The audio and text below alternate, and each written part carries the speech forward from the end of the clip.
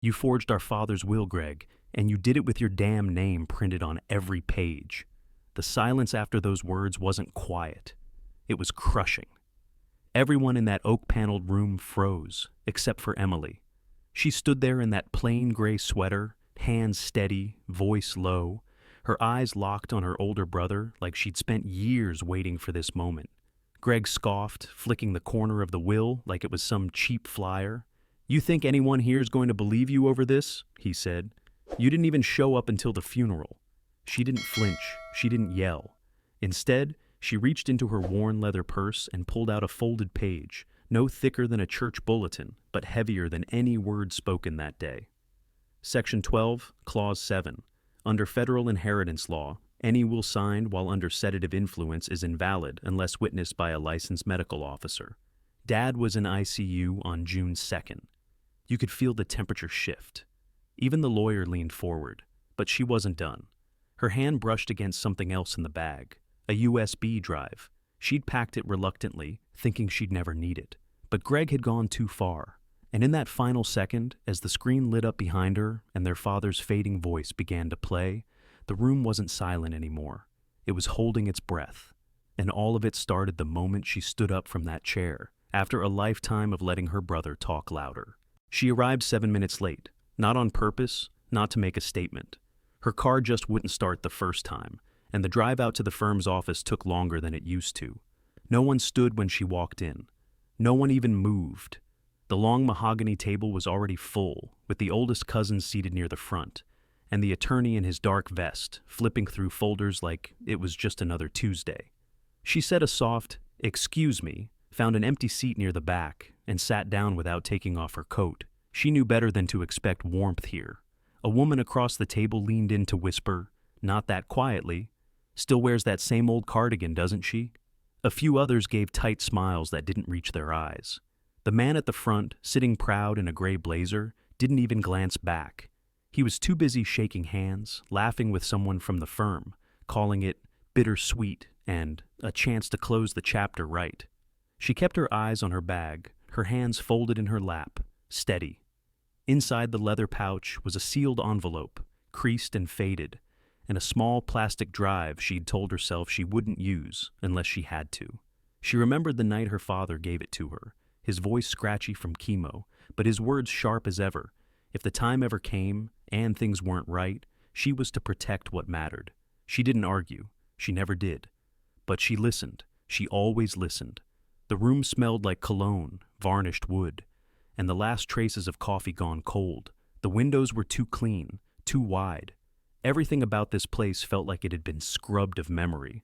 She sat still while names were called, while phrases like final declaration of intention and rightful beneficiary echoed through the room like scripted lines. When the will was first mentioned, there wasn't even a pause. Just his name, his full name, spoken like a stamp. She knew then. The man in the blazer leaned back smug, as if nothing could touch him now. He didn't expect her to speak, and he sure as hell didn't expect her to know the rules. But she had read the law. She had gone through every line. She had seen the dates, the signatures, the inconsistencies, the typo in the second page that only someone who cared would catch. Her fingers tightened around the folder in her lap, not with fear, but with decision. She wasn't here to fight for money. She wasn't here for revenge. She was here because her father had trusted her with the truth. And even if no one else in that room gave a damn what the truth looked like, she did. So she waited, quiet, still, watching the man at the front enjoy his victory too soon, while the words in that folder sat like fire under her hand, ready. He didn't waste time, the man in the gray blazer, standing up before the attorney even finished clearing his throat, his voice louder than necessary, confident in the way of people too used to getting what they want. He gestured toward the folder in front of him and set it straight. "This is the original will, signed June 2nd, notarized properly, witnessed by staff. My father made it clear. He didn't want that house going to someone who barely showed up the last 2 years. A few heads nodded, not from agreement, but from habit, from fear of making noise in a room that wasn't theirs. And just like that, it was done. The first strike landed, and everyone knew who the room now belonged to. But not her. Not the woman in the back, who still hadn't spoken, not once since she walked in.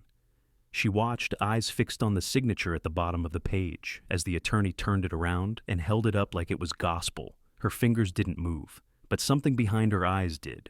Then she asked quietly, not looking at the man in the blazer, but at the lawyer, "Can you verify Mr. Walker's cognitive state on that date?" The words weren't loud, but they landed harder than his entire speech had. The room didn't shift yet, but something inside the attorney did. A pause, small but real. The kind people trained in facts aren't supposed to show. The assistant flipped through a thin medical packet from the file, but before he could finish, the man in front interrupted. "That's unnecessary. We're not here to drag medical records into it. This is about the will, about Dad's wishes." His voice had that edge now, the kind that masks fear with volume. But she wasn't rattled. She kept her eyes on the page and spoke again, slower this time. "According to State Statute 317B, a testamentary document signed while the individual is under heavy sedation or cognitive impairment cannot be considered valid without a licensed physician's attestation." She looked back at the lawyer, now, steady. "And on June 2nd, Mr. Walker was in ICU under intravenous morphine. No one moved, not even the assistant. And for the first time, the man in the blazer turned around to look at her directly. He laughed, short and sharp. "You got that off some website?" he said. "You're not a lawyer. You don't know what you're talking about." But his eyes flicked just once to the folder she hadn't opened yet, and she saw it, the crack, not wide, but enough, she replied calmly. "I know enough to read a case file, and enough to check dates against hospital logs." Then she leaned back, not smug, not smiling, just tired, like someone who's been waiting a long time for a short moment. The lawyer cleared his throat again, quieter this time, and asked for the assistant to retrieve the chart.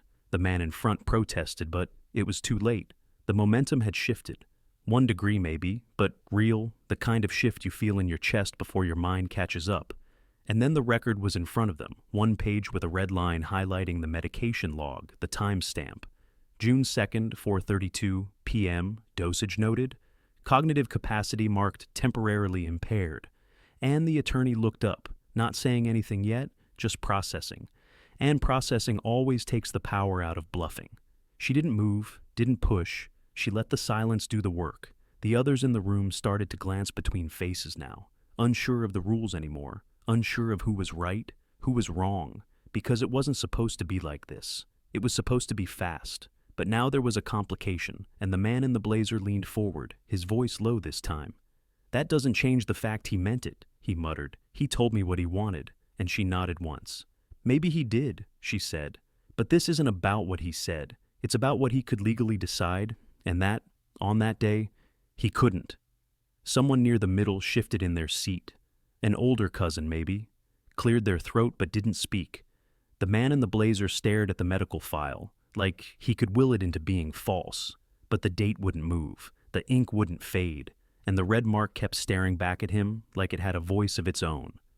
The attorney finally set the page down gently, and for the first time that morning, he looked uncertain.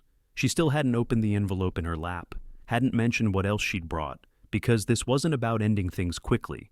It was about showing everyone in that room that the truth was slow and steady, and that no matter how loud someone talked, they couldn't erase a fact that had been written down, signed, and dated before they even knew it mattered. So, she sat, hands resting on the folder, watching the man in the blazer swallow whatever came next and waiting, not because she enjoyed it, but because there was still more. He didn't know she knew.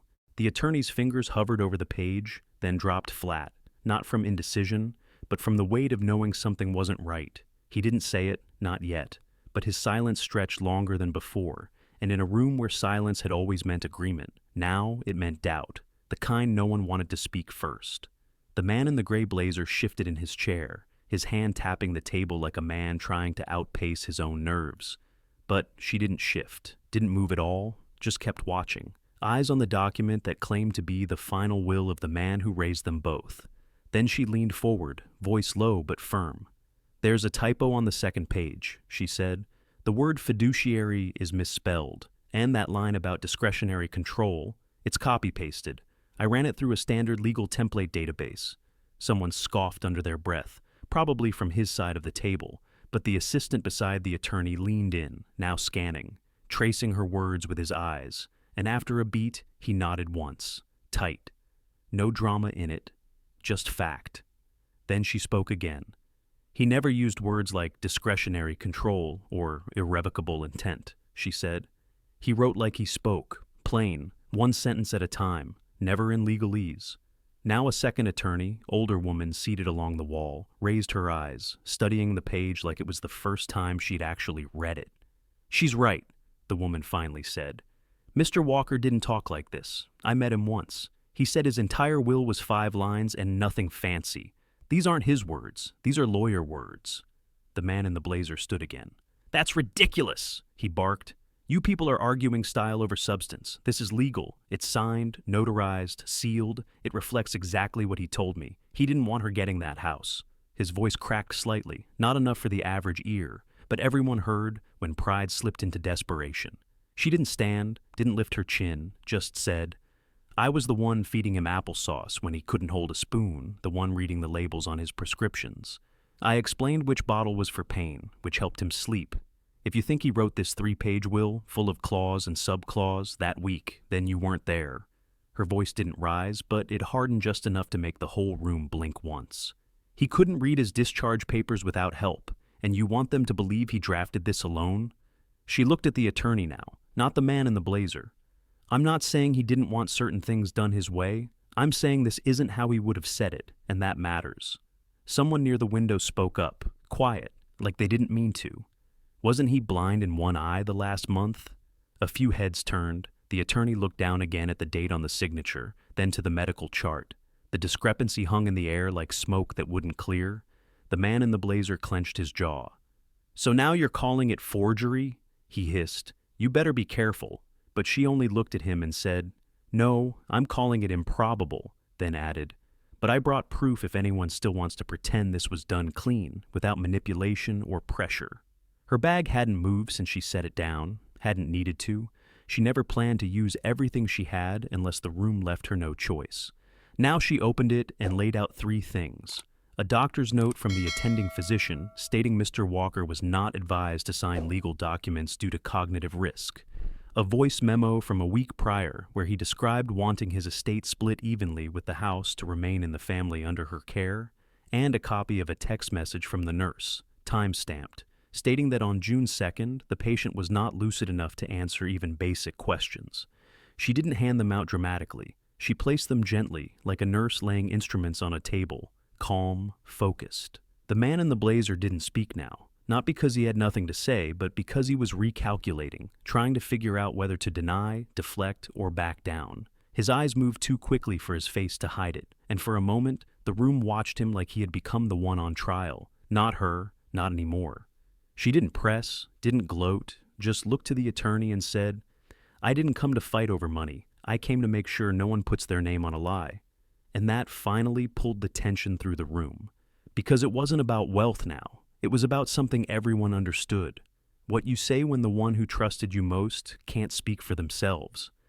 The second attorney spoke again, calm but not indifferent. "We'll need to pause this meeting and review everything," she said. "And I'd like to see the notary logs from June 2nd as well."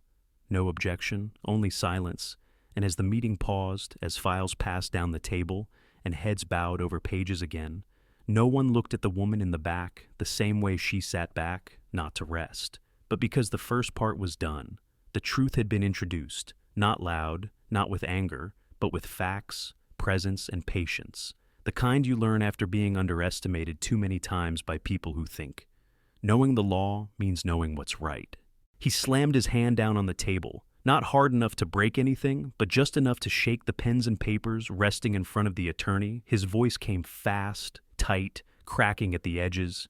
"You don't have the right to question any of this. You're not a lawyer. You're not even supposed to be speaking." His chair scraped back slightly as he half stood, eyes flaring at the woman across from him, who still hadn't raised her voice once. She stayed seated, her hands resting lightly on the folder, now open in front of her. Her tone was quiet but steady. "No, I'm not a lawyer, but I know the law, and I know enough to see when it's being used to hide something it wasn't meant to protect." Her eyes met the attorney's, then the assistant's, then the second lawyer still seated against the wall.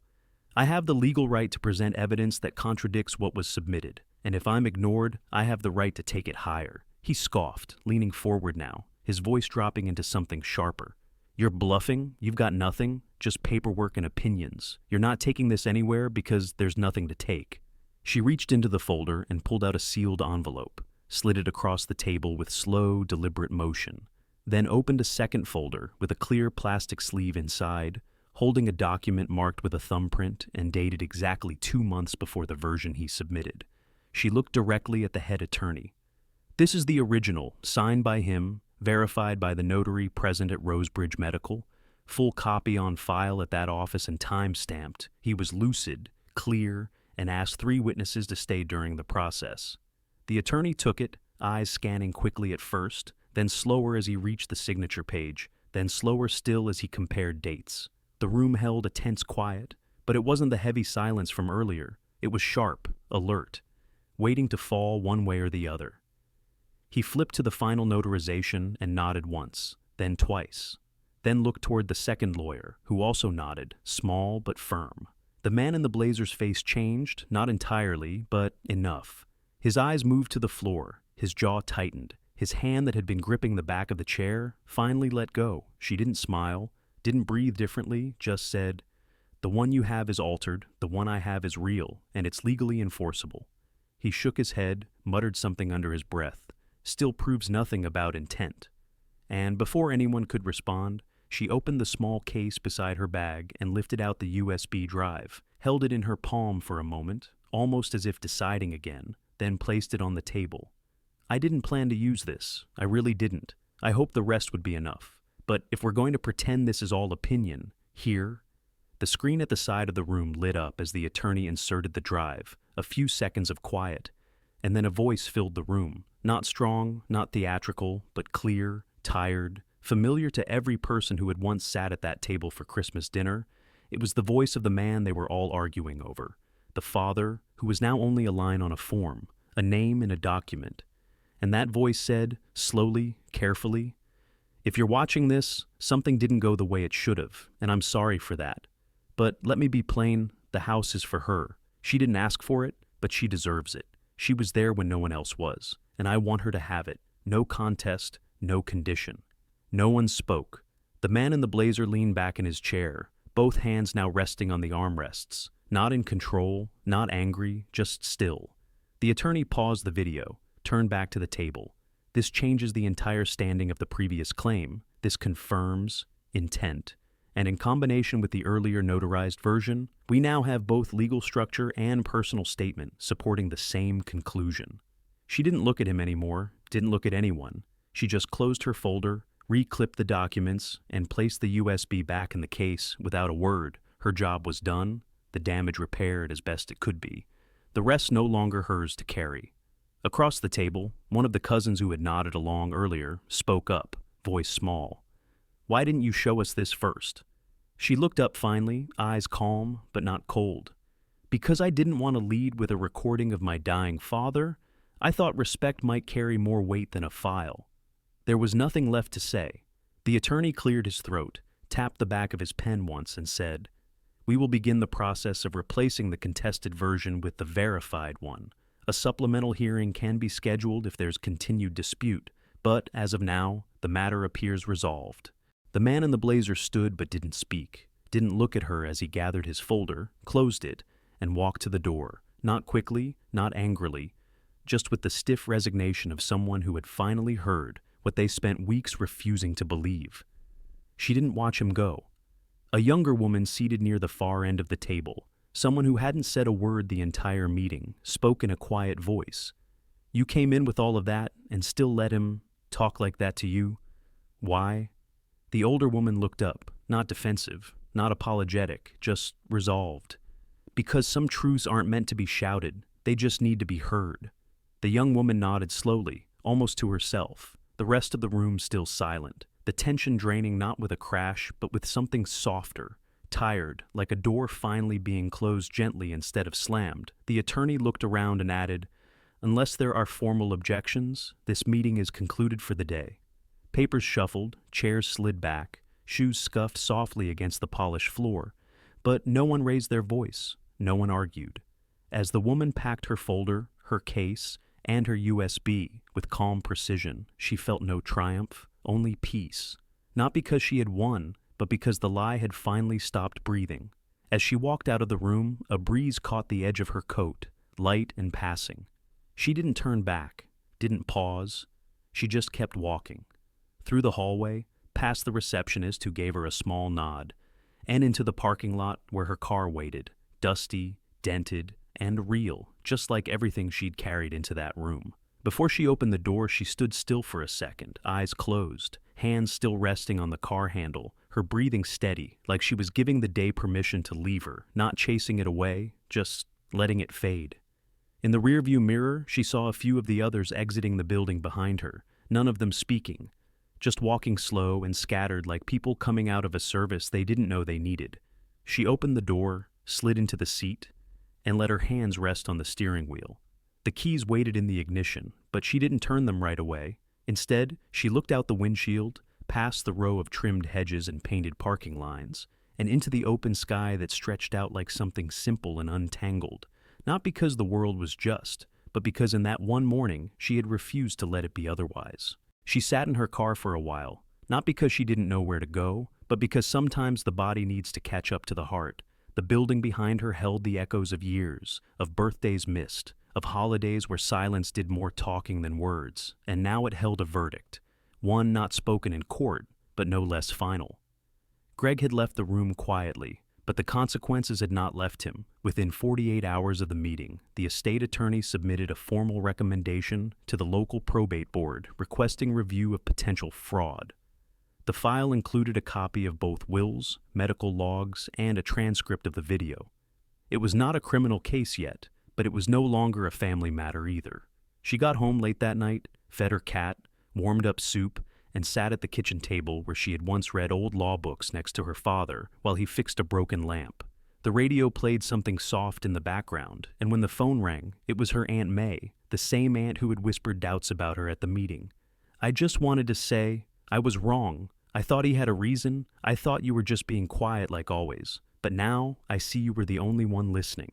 She didn't speak right away, just let the words settle, then said, "It's all right, Aunt May. I used to think staying quiet was safer too." The next day, her mailbox held a letter from the law firm, polite and formal, inviting her to serve in a consulting capacity for disputed wills. She read it twice, folded it carefully, and placed it beside her father's last note in the kitchen drawer, unopened since the morning she won back the house. She didn't need to be someone official to stand for something real, and she didn't need recognition to do what was right, only the knowledge that she had done it when it counted, and knowing it meant something, even if nobody else ever said it aloud. 3 days after the meeting, her niece knocked on the door. A girl of 15 with too many questions and not enough people who made time to answer them. They sat in the yard on 2 folding chairs, wine passing lazily through the leaves. "How did you know what to say?" the girl asked, not accusatory, just curious, just trying to find a map in someone else's story. She looked at her hands, then at the sky, then back at the girl. "He taught me," she said, "not just how to speak up, but when, and more important than that, he taught me to hold on to what's right, even if no one claps for you when you do." The girl was quiet for a moment, then nodded, and they stayed there a while longer, saying nothing, because sometimes what comes after a storm isn't brightness, but stillness, and stillness can be the truest relief, the kind that settles deeper than applause ever could. Back at the law office, one of the junior clerks updated the file, labeling the final document with her name as primary recipient. The head attorney watched from across the room and said to no one in particular, "Funny thing about truth, it doesn't shout, it waits." And no one disagreed. Greg, meanwhile, had stopped responding to emails. He wasn't under arrest, but he was under review, and the silence from him now spoke louder than the noise he had tried to use to win. No press, no police, no courtroom drama, just the slow wheels of accountability turning behind closed doors, as they often do when someone pokes too far into what wasn't theirs to take. She didn't tell anyone what she felt, walking back into the house that night, not because it was private, but because it was done, and some feelings belong to the past. The moment justice has caught up, the house smelled the same, creaked the same, held the same framed photos on the hallway wall, but now it held something else too, a kind of peace that comes when the weight you've been carrying finally sets itself down, not because you dropped it, but because you delivered it where it needed to go. She made tea, pulled a blanket over her lap, and opened the last letter her father wrote, the one he left tucked inside his Bible. It didn't talk about the house or the will or who deserved what. It talked about her, about how proud he was, about how he hoped she'd keep being the one who noticed what others missed. And she had. The junior clerk had been working there just under a year, mostly background work, paperwork, and coffee runs. But he stayed quiet and paid attention. And what he saw that day never left him. She came in without a lawyer, without noise, without a folder full of accusations, and still the room leaned toward her before anyone realized it was happening. Not because she demanded it, but because the air changed when she spoke, like even the ones who disagreed knew deep down they had to listen. After the meeting, he stayed late to help organize the files. The main office emptied out, lights dimmed to low, and he looked at the name on the folder again, the one that would now be recorded as the rightful heir, not because she fought the hardest, but because she refused to let someone rewrite a truth that didn't belong to them. He remembered how she never raised her voice, never looked for pity, how she answered anger with facts and pride with patience. The next morning, when someone asked how it went, he only said, "I've never seen anyone argue like that, quiet, steady, and sharp." And the receptionist smiled without lifting her head, said, "She didn't speak until not speaking would have been a betrayal," and he didn't answer, just nodded, because that said everything. When he entered the final note in the case record, just a line meant for internal files, not the court, not the firm, just the truth as he saw it, he wrote, "She didn't come to win, she came to protect," then paused, added one more line. She didn't claim victory, she reclaimed what was already hers, and what no one else had the right to touch. Not then, not now, not ever. If this story meant something to you, hit like so we know it reached someone. And if it didn't sit right, leave a comment. We'll listen, just like she did. And if you want more stories that matter, stories that come quiet but carry weight, subscribe to the channel. There's more coming your way, real soon.